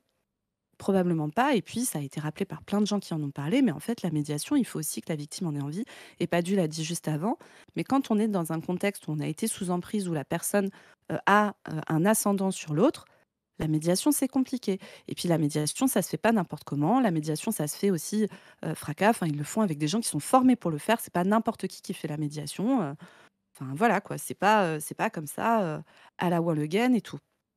Puis c'est Donc dans un groupe particulier, comme tu disais, horizontal. Rien que déjà, bah, par exemple, de la oui, médiation dans une entreprise entre un patron et quelqu'un oui, qui est employé, c'est pas que c'est pas possible, mais c'est quasiment pas possible, tu vois? Dans une association, dans un collectif, dans un truc horizontal, c'est déjà beaucoup plus faisable, tu vois? Mais à mmh, partir du moment où tu as de la domination qui rentre en jeu, la médiation, tu sais, c'est comme la négociation salariale, avec, ton patron. Bah, si tu dois bouffer à la fin du mois et que tu as un crédit, la négociation, ça a beau être une négociation, en fait, ça n'en est pas une, tu vois? Et la médiation, c'est un peu pareil. C'est possible que dans un cadre très particulier. c'est ça, c'est ça, c'est ça et donc voilà, vous allez pas faire une médiation entre Bernard Arnault et les gens qui sont exploités dans ces usines, en fait. Enfin, voilà, c'est la médiation n'est Ça pas s'appelle la toujours légal. CFDT, ça. Oui, c'est ça.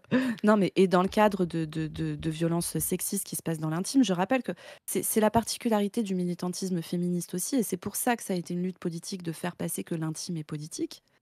C'est que en fait, comment dire? Les hommes et les femmes, ils cohabitent dans les mêmes familles, dans les couples, quand ce sont des couples hétérosexuels. Enfin voilà, on vit ensemble et donc c'est le quotidien, le domestique. Heu, alors la domination masculine se joue à d'autres endroits. Elle se joue au travail, elle se joue dans l'espace public, elle se joue bien sûr, mais elle se joue aussi dans le foyer, avec son conjoint, avec son père, avec son frère, heu, dans son rapport aux tâches domestiques et tout. Notre militantisme politique, il parle de notre intime, il parle de nos relations intimes, il parle de nos accouchements, il parle de nos rapports à nos enfants. Le militantisme politique parle de ça, parce que c'est politique, les copains. Je suis désolée de vous le dire, mais encore une fois, je me répète, quand les mêmes schémas arrivent à des millions de personnes, et ce sont toujours les mêmes personnes qui font toujours les mêmes choses, enfin toujours les mêmes types de personnes qui font toujours les mêmes choses aux toujours les mêmes types de personnes, on ne peut pas dire que ça soit juste une question de rapport de personne à personne, individuel. Enfin, c'est tellement dépolitisant de voir les choses comme ça, c'est triste en fait. C'est triste et c'est dangereux. C'est dangereux parce qu'on ne trouvera pas de solution si on continue à regarder les trucs comme ça. Et si on est d'accord pour trouver qu'il y a du systémique et du politique, etc., mais que dès que ça concerne concrètement quelqu'un qu'on connaît, on se met on se met à trouver que ah non mais là on est perché, ça marche plus le systémique, bah, désolé, mais c'est pas OK, en fait. On peut pas construire un projet politique de gauche sans penser ça. Bon, ça, c'est dit. Ensuite, autre chose que j'aimerais aborder. Nous, on a mis du temps à en parler alors que, comme vous l'avez compris, j'ai contact avec Christa, donc je voyais de quoi on parlait et encore une fois, je vous le dis, je veux laisser, voilà, je veux laisser le temps à Christa, éventuellement à d'autres gens s'ils le souhaitent, de donner leur version et je veux qu'on comprenne pourquoi c'est OK de leur laisser du temps, en fait. C'est une question de respect. Mais il y a des gens qui ont réagi très vite dessus, très, très vite. Alors, il y a des gens qui ont réagi sur le live de Dany et Raz. en analysant la rhétorique qui a été utilisée. Je sais que Nemesia l'a fait, par exemple. Moi, j'ai regardé son live. Globalement, moi, je suis d'accord avec la critique qu'elle a faite du live. Stéphane Dufaux-Allier l'a fait aussi. Alors, il y a plein de gens qui lui sont tombés dessus en disant, voilà, qu'on fait son beurre, etc., machin. Alors, Stéphane, on lui a reproché de parler de lui dans la vidéo, etc. Ok. Là, c'est des gens qui parlent du discours de Dany et Raz. Et puis, il y a des gens qui se sont mis à prendre les tweets de Krista, à prendre un espèce de document qui a été créé dans un Discord. Bref, alors moi, vraiment, les histoires Discord, je n'ai pas ce temps, hein, je suis désolée. Je n'ai pas ce temps. Déjà, je n'ai pas du tout le temps d'écouter tout ce qui a été dit sur ces trucs, mais il y a des gens qui m'ont fait des résumés, envoyé des trucs et tout. Mais et qui se sont mis à parler beaucoup, beaucoup sur cette affaire et en fait, qui se sont mis à régler des comptes, des griefs qu'ils avaient contre Dany Raz, contre l'Azawa en général, etc., en utilisant cette histoire pour le faire. Bon, comment dire? Quand on ne connaît pas la personne qui parle, qu'on ne sait pas si elle est OK pour qu'on reprenne ses tweets comme ça ou pas, parce que peut-être qu'en fait, elle-même se rend compte que bah, c'était peut-être pas la meilleure manière de communiquer, mais d'un autre côté, elle savait pas faire comment faire autrement. Enfin voilà, le fait du coup de créer du contenu dessus en le détricotant et tout ça, bon, est-ce que vraiment c'est le truc le plus respectueux à faire? Je ne suis pas sûre en fait. Je ne suis pas sûre de choper les tweets de Krista, de décortiquer et puis du coup de ressortir tous les griefs qu'on a contre eux. Alors moi enfin après en plus si vous voulez, moi il y a plein d'histoires là-dedans que je connais pas. Il y a des gens qui disent qu'ils ont été harcelés et tout ça. Bon, enfin sûrement, peut-être, je ne sais pas. Je ne sais pas quelle a été l'interaction. Voilà, moi je veux bien entendre, enfin pareil, laissons à tout le monde la place de s'exprimer. Mais là en partant de cette histoire qui est une histoire qui parle de gens qui ont potentiellement des traumatismes en lien avec ça et tout. Je trouve ça très, Tu sais, ça c'est fait cette chier, impression de quoi. jubilé, tu vois? Tu as des Mais gens, tu as ouais, l'impression que ça leur enfin, fait plaisir, tu sais? Enfin, bah, oui, enfin, moi, je suis désolée, mais enfin, moi, ça me fait pas plaisir, en fait. Je vraiment, quoi. J'aimerais bien, déjà, que ces choses-là n'aient pas lieu, mais ensuite, enfin, voilà, moi, je vois à quel point, moi, ça me désespère, en fait, qu'on ait toujours ces mêmes trucs, que d'un coup, tout le monde crie au cancel. Nathalie, notamment, qui est une femme qui parle de féminisme sur internet. Comment dire? Moi, alors je pense que ce soit Nathalie, Dany et moi, on a globalement à peu près les mêmes idées politiques, hein. Enfin, on est de gauche, quoi, globalement. On est enfin, après, on n'est probablement pas d'accord, sur les manières de porter de porter nos politiques, sur les manières d'arriver à un projet politique qui nous plaise et tout. Moi, j'ai beau être féminisme, j'ai un peu de mal avec l'idée de se dire: «On répond au VSS en se scandalisant très fort, très, très, très fort, très, très, très, très fort et en disant: "Plus jamais on parle à la personne, jamais"». Ça me semble être enfin, si l'objectif c'est la transformation, je vois pas, comment on va pouvoir transformer quoi que ce soit en faisant ça. Donc voilà. Maintenant, bah, du coup, en fait, il se trouve alors je vais pas rentrer dans le détail, mais que Drapi a raconté que Nathalie elle-même dans le privé enfin voilà, a eu un geste qui est de l'ordre de l'agression sexuelle avec elle. Nathalie a nié alors qu'en fait visiblement c'est vrai, Drapi a envoyé des preuves. Et elle a vraiment nié en ayant le même réflexe que toutes les personnes qui se permettent de nier la parole d'une femme en disant, «Ouais, voilà, c'est une grosse menteuse, c'est un complot contre moi», machin. Vraiment les mêmes rhétoriques, ce qui veut dire qu'on a tous ces structures mentales, même les gens qui les dénoncent. Et là maintenant, elle aussi est cancel du coup, donc voilà, faut plus lui parler jamais et tout. Mais est-ce qu'on peut arrêter d'être débile, en fait? Pardon, hein, mais là, moi, ce que je vois, sur cette histoire, alors je connais pas l'histoire, mais ouais, globalement, il y a des gens qui se permettent de faire des trucs au corps des femmes, encore plus au corps des femmes, qui sont, noires ou arabes, hein, où là, c'est, open bar, hein, on peut vraiment se permettre, tout avec elles, hein, heu, y compris des gens qui sont formés. On vit tous dans des sociétés qui sont validistes, sexistes, racistes. On a tous des structures de pensée de merde, d'accord? Tous. Moi aussi. Moi aussi. J'ai fait et dit des trucs sexistes dans ma vie, c'est sûr. Bon, j'ai jamais, je n'ai jamais agressé personne, en mettant des trucs entre ses seins, hein, mais enfin voilà, moi aussi, tout le monde, Padu, Chris, de ma team, c'est évident, ah enfin bah, tout le monde, super. tout Ah le monde, bah, tout le non, monde. non, non, moi bah, moi non. Bah, moi non, tu Ouais. vois? Non, Padu, il est parfait, il était juste, il il il était juste méga confus, mais bon bref, on va pas revenir sur cette histoire, Padu, hein. Mais bon, tout ça pour dire que la question n'est pas de chercher de la pureté de comportement partout, chez tout le monde et tout ça, c'est pas ça la question. La question c'est pourquoi? les gens se comportent comme ça? Comment on fait pour qu'ils arrêtent de se comporter comme ça? Comment on fait pour que quand c'est arrivé, on fasse en sorte de protéger les personnes qui sont concernées et on fasse en sorte de s'organiser pour que ça n'arrive plus? Et donc là, ce sont des questions de lutte politique profonde. Et sur cancel, pas cancel, moi je répète, non, c'est pas ma question. Et je pense que c'est pas la question de Christa non plus, en fait. Et j'ai pas, c'est pas je pense, j'en ai parlé avec elle.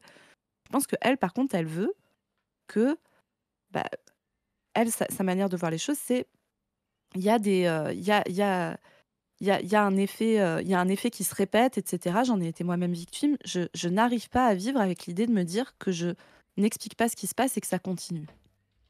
Et après, quant à savoir exactement le fond des trucs et tout, je suis désolée, je vais vous le redire, mais en fait, il va falloir prendre un peu de temps pour laisser le temps aux personnes de s'exprimer. Il va falloir prendre en compte le fait qu'il y a des gens qui vont pas bien dans cette histoire. Christa en fait partie, c'est pas la seule. Que même les gens, vous voyez, je vous ai dit pendant longtemps, on ne peut pas, plein de fois, là, on ne peut pas, Dany est dans une position dominante et on ne peut pas le nier, etc., etc., etc. Ok. Pour autant, probablement qu'il vit très mal ce qui est en train de se passer. Et c'est une réalité. Et on n'est pas obligé de nier ça non plus. D'accord. Euh, c'est légitime qu'il se sente pas bien. Et autour de lui se joue, on l'a dit au tout début, mais son entreprise, avec plein de gens qui travaillent avec lui, qui a priori n'ont rien à voir avec ça. Donc voilà. Et qui, chacun individuellement, je pense à Moufette, je pense à Iliès, Wissam, Cassandre, Raz, voilà, peuvent continuer leur contenu. Hem et après tout, enfin, foutons-leur la paix, quoi, et laissons-les. Et c'est des gens qui ont, leur talent propre. Heu moi, voilà, enfin, je souhaite pas du tout, qu'il y ait des gens qui soient, parce que y a derrière, ils le disent aussi, enfin, voilà, il y a des gens qui bossent, il y a des monteurs, il y a des j'imagine qu'il y a des graphistes, enfin, voilà, il y a peut-être des gens qui font la compta, j'en sais rien. Enfin, on parle du boulot de plein de gens. Et donc, c'est pas correct aussi de passer ça par-dessus la jambe en se disant que c'est pas un sujet et tout. Si, bien sûr que c'est un sujet. Et moi, j'espère que ça va pas, entacher, les autres personnes. J'espère que, voilà, que tout le monde est protégé par un contrat de travail. Enfin bon, ça, j'imagine que oui, mais enfin, voilà, il faut aussi penser à la position sociale de ces personnes, et dans toutes ces personnes, j'imagine que tout le monde n'est pas à égalité non plus, pour pouvoir, se retourner, prendre la suite et tout ça. Moi, je pense aussi à toutes ces personnes-là. Enfin, comment vous dire? Encore une fois, c'est complexe là, tout ce qui se joue, c'est complexe. Et on peut pas, on peut pas continuer à dire de la merde comme ça, à faire des injonctions aux victimes de se comporter correctement, à se raconter que tout le monde est à égalité, machin, alors que non, clairement non, en fait. À se raconter que ouais, c'est des histoires privées et tout, alors que non, c'est des questions politiques qui sont posées. À se dire, ah ouais, bah du coup, cancel, machin, pour toujours, et puis tous les gens qui lui ont parlé un jour dans leur vie, pareil et tout, non. À se dire, ah ouais, putain, moi, ça faisait longtemps que j'avais envie de régler mes comptes, allez, c'est bon, j'y vais, je tape, tape, tape, en utilisant la parole de quelqu'un d'autre. Enfin, voilà quoi, bref.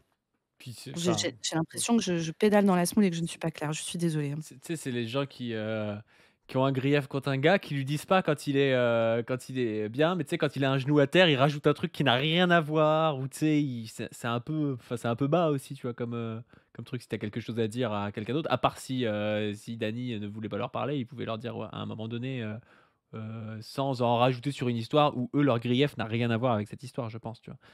Mmh. Hem, Après au niveau tu parlais, ouais, de l'affaire un peu, l'entreprise en tant que telle.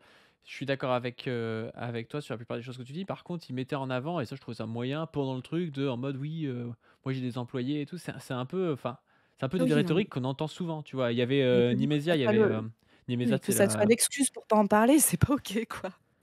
ouais, et puis, Né la meuf qui s'appelle la meuf là, Oui, les médias. Nimésia, ouais, Les médias. qui disait que c'était un peu l'excuse à la Hanouna, tu sais, en mode: «Oui, C8 va fermer et tout». C'est pas la question, en fait, c'est pas vraiment la question. En plus de ça, bah, la Zawa, ça a l'air quand même de continuer de tourner. Après, je sais pas s'ils sont dans une sauce financière ou pas, mais bon, il y a plein de streamers, il y a toujours des monteurs. Quand tu as des rages, je pense que quand tu aimes Dany et Raz, bah, tu aimes bien Cassandre et Raz quand ils font un live aussi. Va toujours y avoir, j'imagine, des capsules, des choses comme ça. Enfin, voilà, tu peux pas faire comme si c'était un argument par rapport à une histoire de VSS, le fait que tu sois chef d'entreprise, tu vois.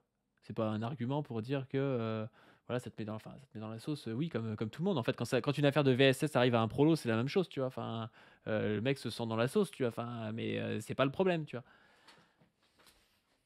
Dany égale Hanouna selon Patu.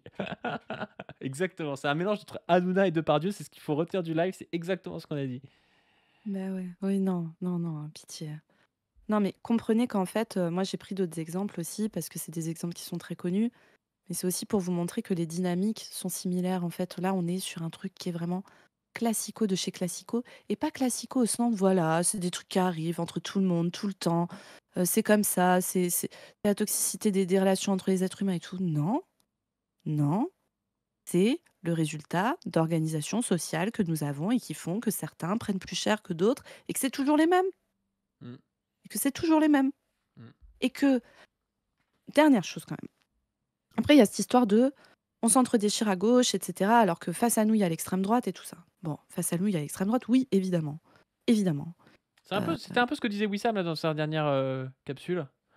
Ouais. Alors après, Euh, moi j'ai compris aussi que Wissam, il le disait un peu au sens, tu vois, il faut qu'on se trouve des solutions politiques parce qu'il va falloir. Enfin, et moi, Oui, oui, non, dans ce mais sens-là, je suis c'était pas d'accord. abominable ça dans la capsule, hein, c'est pas ce que je Ouais, dis, mais il y avait aussi ce discours-là de dire, et en plus il y a le fascisme. Oui, mais c'est pas, on a le droit de faire une capsule sur le fasciste, parler de ça. Je veux dire, on va pas ne plus traiter les histoires de VSS parce qu'elle est fasciste, tu vois. Sinon, tu deviens antifascisme first, tu vois. Genre, mais tu ne parles plus évidemment. que d'antifascisme. Et puis les histoires je sais pas, de racisme, de lutte des classes, de sexisme, t'en parles plus parce qu'il y a le fascisme qui monte.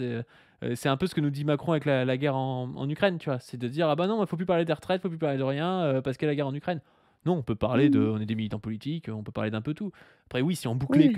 que sur ce sujet tout le temps, ce serait un peu naze. Bah, tout le monde boucle un peu dessus depuis une semaine, mais bon.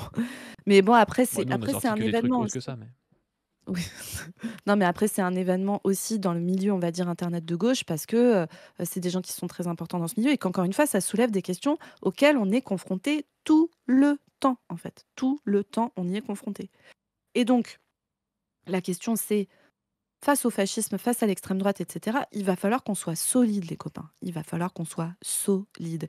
Et pour être solide, il va falloir qu'on soit capable d'adresser ces problèmes correctement et de penser nos organisations, nos rapports entre nous, comment on fait pour que ça n'arrive pas, comment on agit quand ça arrive pour pas faire de la merde. Et je suis désolée, mais c'est notre honneur politique à gauche. C'est notre honneur politique à gauche de faire ça. Dans les milieux d'extrême droite, il y a des dingueries, les meufs vivent des dingueries, d'accord. Ça sort quasiment jamais, sauf quand Baptiste Marché met une baigne à la Discordie en pleine rue, sinon ça ne sort pas, d'accord. Il y a des dingueries, plein. Et eux, ils mettent ça sous le tapis, ils minimisent, etc. Parce que la seule fois où ça les intéresse, c'est quand c'est des mecs noirs ou arabes qui agressent. Ah bah attends, D'accord. une histoire d'emprise, ils auraient dit, ah bah c'est une féministe hystérique, Exactement. machin. D'ailleurs, Ils en seraient foutus, posez-vous des hein. questions, le chat, posez-vous des questions, le chat, quand votre réaction, c'est celle-là, hein. Pardon, hein.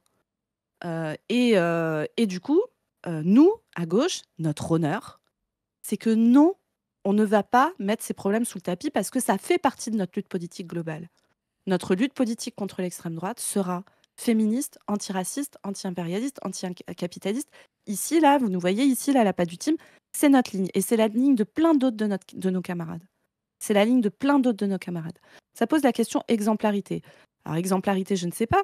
Quand tu es en tête de gondole et tout, oui, je pense qu'il faut quand même faire un peu gaffe. Tu peux pas te comporter n'importe comment, quand même. Voilà. Et donc, ça pose aussi la question au sein de nos orgas. Et là, je ne parle pas que de Dany. Parce que si vous voulez, vous tapez Hugo Prévost. Prévost, ça s'écrit P-R-E-V-O-S-T. On a fait une capsule sur un député France Insoumise qui s'est fait virer il y a quelques mois parce que sont ressorties des histoires de harcèlement moral, management toxique au sein de son orga étudiante, etc. Aussi un peu des histoires d'harcèlement sexuel et de VSS, qui a priori était très connu depuis assez longtemps. Il était tout jeune, hein, il avait 24 ans. On a fait une capsule là-dessus pour se dire, mais en fait, c'est récurrent. Alors, dans les orgas de jeunesse, c'est un délire, hein, les syndicats étudiants, etc. Bon, bref. Mais dans toutes les orgas politiques, en fait, moi, si vous saviez à quel point ça a été difficile pour moi de m'insérer dans des milieux militants, tellement je suis intolérante aux violences sexistes. Vraiment, je ne supporte pas ça, en fait. Enfin, aucune meuf ne supporte ça, mais moi, en fait, ça fait que je m'en vais. En fait, voilà, je m'en vais, je peux pas. Et du coup, ça m'a empêchée de m'insérer dans plein d'orgas, Oui, que il y ce a soit que des dans la syndicats, des brèche assauts, que parce voilà, les gens ne sont bah, pas sexistes. parce que je suis la chef. Enfin, tout est chef aussi. C'est le fait que tu sois chef, ça. Et du coup, je vous tiens tous par les gonades fort comme ça. Il y a rien qui passe, il y a rien qui passe. Non, mais après, quoi, même dans notre collectif, on n'est pas à l'abri en fait que ces trucs-là arrivent. Mm. Par contre, bah, nous, c'est des trucs auxquels on a beaucoup pensé entre nous, sur comment on s'organise, comment on se parle de ces choses-là ensemble. C'est un truc auquel on pense. On vous a dit nous, on réfléchit à un projet de fédé avec d'autres gens et tout. C'est un truc qui va être primordial pour nous de penser ça. Comment on s'organise à la fois pour faire des structures qui ne génèrent pas ça, mais aussi pour faire des structures qui ne sélectionnent pas à leur tête. Et là, je ne parle pas de Dany, là, je parle en général dans les orgas politiques et militantes. Comment ça se fait pour que souvent on se retrouve à sélectionner des profils? Ceux qui montent, c'est ceux qui peuvent avoir des comportements violents, de management toxique, etc. Et d'ailleurs, ça ne concerne pas que les mecs, hein. Il y a aussi des meufs qui sont sélectionnées sur ces profils-là. Il y a un problème dans la manière dont on pense nos structures et nos orgas. On ne peut pas passer à côté de ça. Et si on veut faire de la lutte politique forte, efficace, etc., créer des collectifs militants massifs, parce que c'est super qu'on se parle de politique sur Internet, mais je vous rappelle, les copains, que c'est la lutte en fait. Et donc, il va falloir qu'on arrive à tous se fédérer sur le terrain, via des syndicats, des assos, des partis, etc., pour vraiment avoir de l'impact politique voilà, des luttes concrètes dans le mouvement social et tout ça. Pour faire ça, on a besoin de ramener le plus de monde possible. Et pour ramener le plus de monde possible, il faut qu'on ne se comporte pas comme des bâtards entre nous, en fait. On ne peut pas maltraiter les gens, broyer les gens dans le militantisme et tout ça, ce n'est pas possible, en fait. Ce n'est pas acceptable qu'on ait normalisé le fait qu'au sein de collectifs, il y ait des fonctionnements comme ça, avec des mecs qui deviennent, ou des meufs, hein, encore une fois, qui deviennent, mais quand même beaucoup plus souvent des mecs, qui deviennent à moitié tout-puissants et qui se permettent de maltraiter les gens qui bossent avec eux ou qui militent avec eux. Et tout, ce n'est pas possible. Et tout ça, ce sont des questions qu'il faut qu'on se pose fort. Nous ne pourrons pas lutter même si votre argument c'est arrêtons de parler de ça en face, là il y a le fascisme, ben oui, mais c'est parce qu'il y a en face le fascisme qu'il va falloir qu'on arrête de faire de la merde entre nous et qu'il va falloir qu'on soit unis et forts ensemble. Voilà. Mais ça, c'est hyper important. On en a déjà parlé. Le fait que le mouvement révolutionnaire doit être à l'image le plus possible de la société qu'on veut avoir aussi. Donc, c'est-à-dire que l'organisation des gens doit être collective, doit être un maximum horizontal. Ça ne veut pas dire qu'on ne peut pas élire des chefs staliniens comme toi, tu vois. Mais ça veut dire qu'il y a une démocratie à l'intérieur de ces organisations qui permet justement de répartir des rôles. Après, il y a des gens qui sont amenés d'ailleurs à tourner, qui occupent des postes. Voilà, il y a aussi le fait de ne pas mettre en avant toujours les mêmes personnes. Et c'est justement aussi en lien, nous, avec ce qu'on a fait avec la Pas du Team, justement, qu'il y ait 3 personnes.